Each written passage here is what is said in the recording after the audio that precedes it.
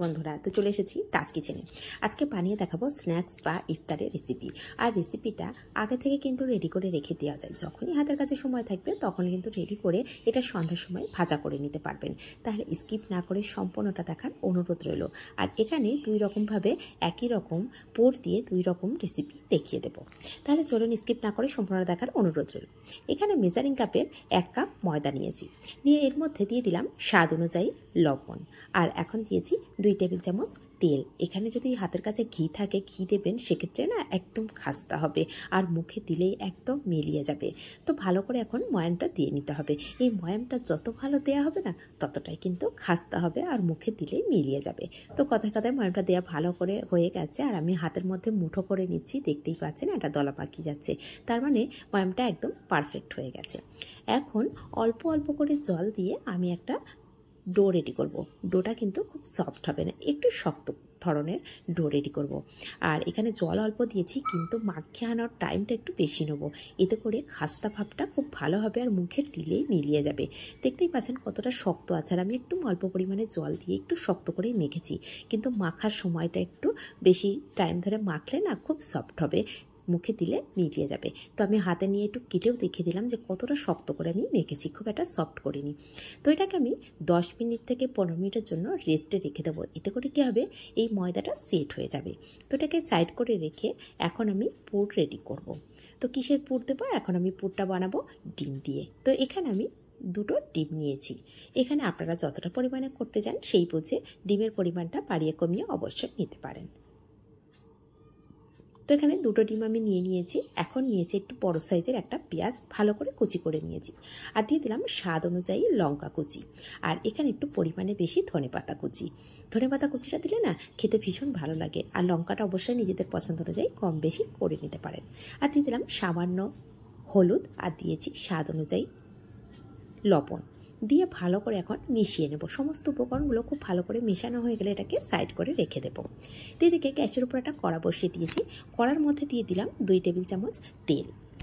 দিয়ে তেলটা যখন গরম হয়ে গেছে তখন তার মধ্যে যে ডিমটা আমি মিশিয়ে রেখেছিলাম না সমস্ত উপকরণ দিয়ে, সেটাকে ঢেলে দিলাম। ঢেলে দিয়ে যখন হালকা করে নিচের দিকে একটু শক্ত হওয়া শুরু করবে, ঠিক সেই পর্যায়ে আমি এটাকে নাড়াচাড়া করে একদম ভুজিয়া করে নেব। তো এখন দেখতে পাচ্ছেন অনেকটাই নরম আছে, তো যখন নিচের দিকে একটু শক্ত হয়ে যাবে ঠিক তখনই আমি এটাকে ভুজিয়া করে নেব। তো এখন দেখুন যখন আমি নাড়াচাড়া করছি দেখেই বুঝতে পারছেন যে এক পাশে একটু শক্ত হয়ে গেছে, ঠিক সেই সময় কিন্তু নাড়াচাড়া করে আমি এটাকে ভুজিয়া করে নিচ্ছি। আর এই ভুজিয়ার মধ্যে চাইলে আপনারা ম্যাগি মশলা ব্যবহার করতে পারেন, গরম মশলা ব্যবহার করতে পারেন। তো আমার কাছে মনে হয় কিছু না দিয়ে এটাই খুব টেস্ট লাগে। একটু ধনেপাতার পরিমাণটা আর কাঁচা লঙ্কার পরিমাণটা একটু বাড়িয়ে দেবেন, দেখবেন খেতে ভীষণ ভালো লাগবে। তো এভাবে নাড়াচাড়া করে আমি ভাজা ভাজা করে নিয়েছি। ভাজা ভাজা যখন হয়ে গেছে দেখুন কাছে থেকে দেখানোর চেষ্টা করছি, হালকা একটা ব্রাউন ভাব চলে এসছে।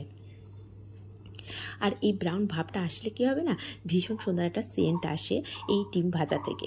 আর এই পুরটা এইভাবে রেডি করে নেবেন যাতে করে একটু সেন্ট আসে, তখন দেখবেন খেতে ভীষণ ভালো লাগবে। তো পুরটাকে আমি সাইড করে রেখে এদিকে আরেক রকম কীভাবে বানাবো সেটাকেও দেখিয়ে দিচ্ছি। এই স্ন্যাক্স রেসিপি বা পিঠের রেসিপি বা এটা সামোসা রেসিপি, যেটা না ইচ্ছা সেটা কিন্তু নাম দিয়ে নিতে পারেন।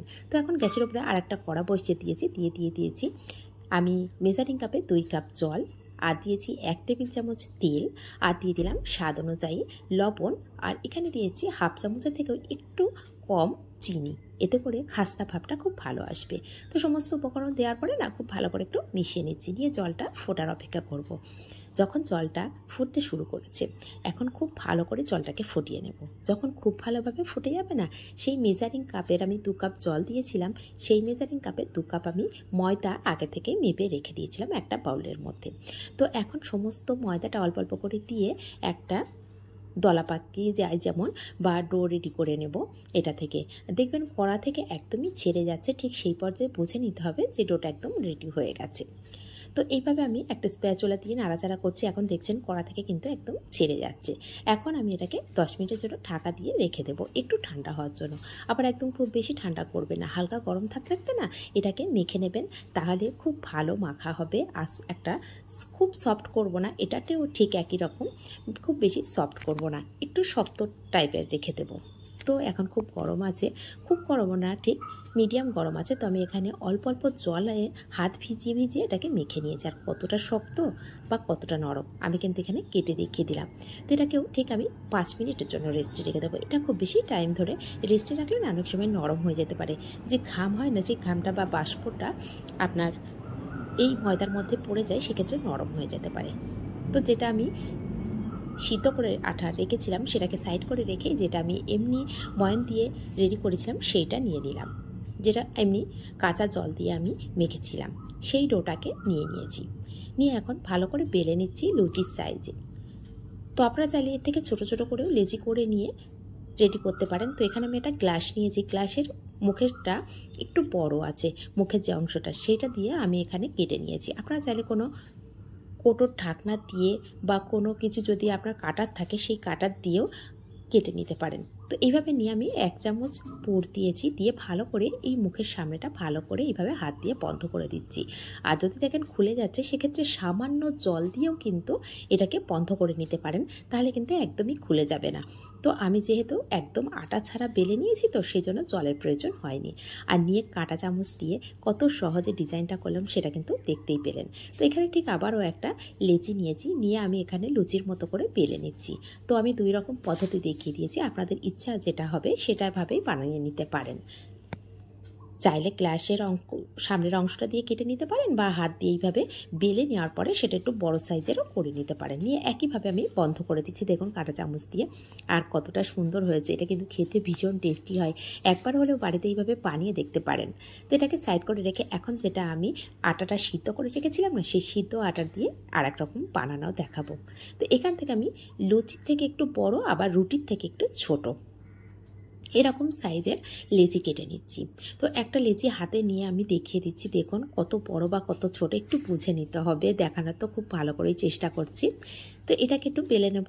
তো এখানে বেলা যাচ্ছে না, সামান্য একটু আমি আটা ছড়িয়ে দেব এই লেচির উপরে, দিয়ে ভালো করে একটু বেলে নিচ্ছি। আর খুব বেশি বড় করা যাবে না, আর প্রত্যেকটা সাইড যেন সমান হয়, পাতলা যেন না হয় কোনো সাইড, আর কোনো সাইড মোটা না হয়। আর কিভাবে ভাঁজ করছি সেটা কিন্তু দেখে আবারও খুলে ভাঁজ করাটা দেখিয়ে দিচ্ছি। এখন মাঝ বরাবর আমি এখান থেকে কেটে নিয়ে হাত দিয়ে চেপে দিচ্ছি, যেখানে আমি কেটে নিলাম ঠিক সেই জায়গাটাই কিন্তু আমি হাত দিয়ে চেপে দিয়েছি। দিয়ে সামনের অংশটা দিয়ে আমি এখানে 1 থেকে 1.5 চামচ এই ডিমের পুরটাকে দিয়ে দিলাম, দিয়ে হাত দিয়ে আবারও ঠিক একইভাবে ভালোভাবে চেপে দিয়ে কাঁটা চামচ দিয়ে এইভাবে চেপে দিচ্ছি। আর দেখুন ডিজাইনটা এইভাবেও সুন্দর লাগছে, কিন্তু এই সাইডটা দিলেও সুন্দর লাগবে। আপনাদের যেটা পছন্দ হবে সেভাবেই কিন্তু রেডি করে নিতে পারেন। তো আরও একটা দেখিয়ে দিচ্ছি। এখানে ঠিক একইভাবে দেখুন, আর যে সাইডটা আমি কেটে নিয়েছি সেটা হাত দিয়ে চেপে দিয়েছি। এখন পুর দিয়ে দেবো। আর পুরটা একটু বেশি পরিমাণে দিলে খেতে ভীষণ ভালো লাগে, তবে খেয়াল করবেন যেন পুরটা বার না হয়ে যায়। আর এখানে কিন্তু আমি হাত দিয়ে চেপে দিচ্ছি, যেহেতু আমি অল্প পরিমাণে ময়দা দিয়ে বেলে নিয়েছি। এখানে যদি দেখেন ছেড়ে যাচ্ছে, সেক্ষেত্রে অবশ্যই জল দিয়ে বন্ধ করবেন, তাহলে কিন্তু একদমই এটা পুরটা পার হয়ে যাবে না। ঠিক একইভাবে কাঁটা চামচ দিয়ে এইভাবে রেডি করে নিচ্ছি। দিয়ে সমস্তটাই আমি রেডি করে নিচ্ছি, 2 রকমভাবেই দেখিয়ে দিলাম। আর দুটো খেতে ভীষণ ভালো লাগে, একবার হলেও বাড়িতে বানিয়ে দেখতে পারেন। আর যদি এইভাবে বানান কমেন্ট করতে কিন্তু একদমই ভুলবেন না। আর কোথা থেকে দেখছেন সেটা কিন্তু কমেন্ট করতে একদমই ভুলবেন না। ফেসবুক থেকে দেখে থাকলে পেজটিকে অবশ্যই ফলো করে রাখবেন, আর ইউটিউব থেকে দেখে থাকলে চ্যানেলটিকে সাবস্ক্রাইব করে পাশে থাকা বেল আইকনটি প্রেস করে রাখবেন। যখনই কোনো নিত্য নতুন রেসিপি আপলোড করব সবার আগে পৌঁছে যাবে আপনার কাছে। তো 2 রকম পদ্ধতিতে দেখিয়ে দিয়েছি, আর এটা খেতে ভীষণ টেস্টি হয়। একবার হলেও আর আগে থেকে বানিয়ে রেখে দিতে পারেন, দিয়ে সন্ধ্যার সময় এটাকে ভাজা করে নিতে পারেন, বা হাতের কাছে যখনই কম সময় থাকবে, হাতের কাছে যখন একটু বেশি সময় থাকবে সেই সময় কিন্তু রেডি করে নিতে পারেন। তো এখন আমি গ্যাসের উপরে কড়া বসিয়ে দিয়েছি, দিয়ে তাতে পরিমাণ মতো আমি সরষের তেল দিয়েছি। এটা সরষের তেলে ভাজা করে দেখবেন ভীষণ টেস্টি লাগে। তো তেলটাকে খুব ভালো করে গরম করে নিতে হবে, আর খুব ভালো করে গরম করে নিয়ে তারপরে সামোসাগুলো আমি দিয়ে দিয়েছি। দেওয়ার পরে যখন প্রথমে দেখতে পেলেন খুব ভালো করে বাবলস উঠছিল, সেই বাবলসটা কমে গেছে, ঠিক সেই পর্যায়ে আমি এখন উল্টে পাল্টে দেবো। আর উল্টে পাল্টে ফ্লেমটাকে মিডিয়াম টু লো করে দিয়ে ভাজা করব।